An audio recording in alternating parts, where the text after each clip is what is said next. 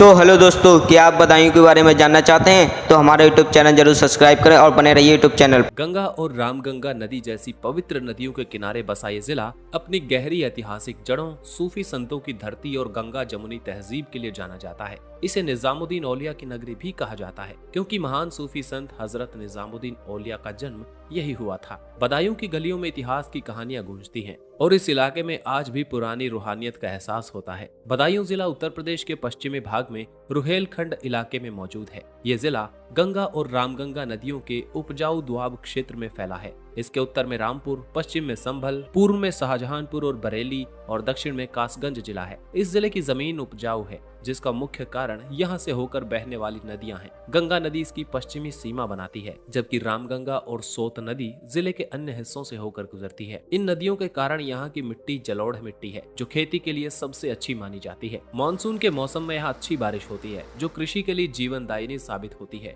यहाँ की प्रमुख फसलों में चावल, गन्ना, मक्का और दालें शामिल है। खासकर मेंथा यानी पुदीना की खेती के लिए बदायूं पूरे भारत में मशहूर है। बदायूं का इतिहास बहुत ही प्राचीन और गौरवशाली माना जाता है। इसकी स्थापना 10वीं शताब्दी में राजा बुद्ध ने की थी और उन्हीं के नाम पर इसका नाम बदायूं पड़ा। इसका प्राचीन नाम बोदा मयूता भी बताया जाता है, जिसका जिक्र प्राचीन शिलालेखों में मिलता है। दिल्ली सल्तनत के दौर में बदायूं का महत्व अपने चरम पर था। ये दिल्ली सल्तनत का एक महत्वपूर्ण इक्ता यानी प्रांत हुआ करता था। सुल्तान इल्तुतमिश दिल्ली का सुल्तान बनने से पहले बदायूं का ही गवर्नर हुआ करता था। उसने यहाँ प्रसिद्ध जामा मस्जिद का निर्माण करवाया, जो आज भी भारत की सबसे बड़ी और पुरानी मस्जिदों में से एक है। मुगल काल में भी बदायूं का सामरिक और प्रशासनिक महत्व बना रहा। अकबर के नवरत्नों में से एक इतिहासकार अब्दुल कादिर बदायूनी इसी धरती की देन थे, जिन्होंने मुंतखब उत तवारीख जैसा महत्वपूर्ण ग्रंथ लिखा। 1957 के स्वतंत्रता संग्राम में भी बदायूं के लोगों ने बढ़ चढ़ कर हिस्सा लिया। आजादी के बाद ये उत्तर प्रदेश का एक महत्वपूर्ण जिला बना रहा, जिसने देश की राजनीति और समाज में अपना योगदान दिया।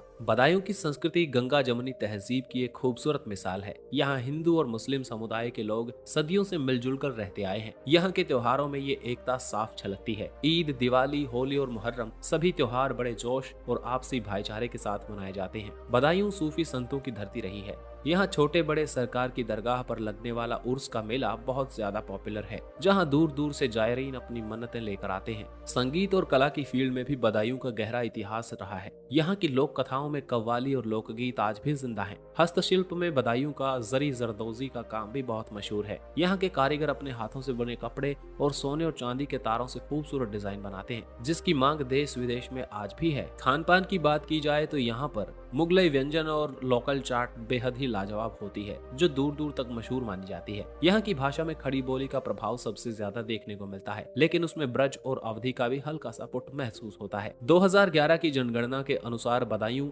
लगभग 36 लाख लोगों का घर है। इस जिले में गाँव का इलाका काफी ज्यादा है, जहाँ की अधिकांश आबादी गाँव में निवास करती है। धार्मिक रूप से यहाँ हिंदू और मुस्लिम समुदाय प्रमुख हैं और दोनों ही समुदायों की आबादी लगभग बराबर है। यहाँ सिख, ईसाई और अन्य धर्मों के लोग भी रहते हैं। जिले की साक्षरता दर राष्ट्रीय औसत से थोड़ी कम है, लेकिन शिक्षा के क्षेत्र में लगातार सुधार हो रहा है। बदायूं जिला सड़क और रेल मार्ग से अच्छी तरह से जुड़ा है। नेशनल हाईवे 530 भी इसे देश के अन्य हिस्सों से जोड़ता है। जिले के भीतर और पड़ोसी शहरों के लिए उत्तर प्रदेश राज्य सड़क परिवहन निगम नियमित बसें चलाता है। रेलगाड़ी की बात की जाए तो बदायूं जंक्शन एक महत्वपूर्ण रेलवे स्टेशन है, जो बरेली, कासगंज, मथुरा लाइन पर पड़ता है। यहाँ से दिल्ली, आगरा, मथुरा और पूर्वी भारत के कई शहरों के लिए ट्रेनें उपलब्ध हैं। हवाई मार्ग के लिए यहाँ का सबसे नजदीकी एयरपोर्ट बरेली में है, जो लगभग 50 किलोमीटर दूर है। अर्थव्यवस्था की बात की जाए तो बदायूं की अर्थव्यवस्था मुख्य रूप से कृषि पर ही आधारित है। जैसा कि हमने पहले भी बताया, यहाँ की भूमि पर गेहूं, गन्ना और मेंथा की फसल बड़े पैमाने पर की जाती है। बदायूं भारत के सबसे बड़े मेंथा उत्पादक जिलों में से एक है, जिसमें मेंथा ऑयल निकाल कर देश विदेश तक भेजा जाता है।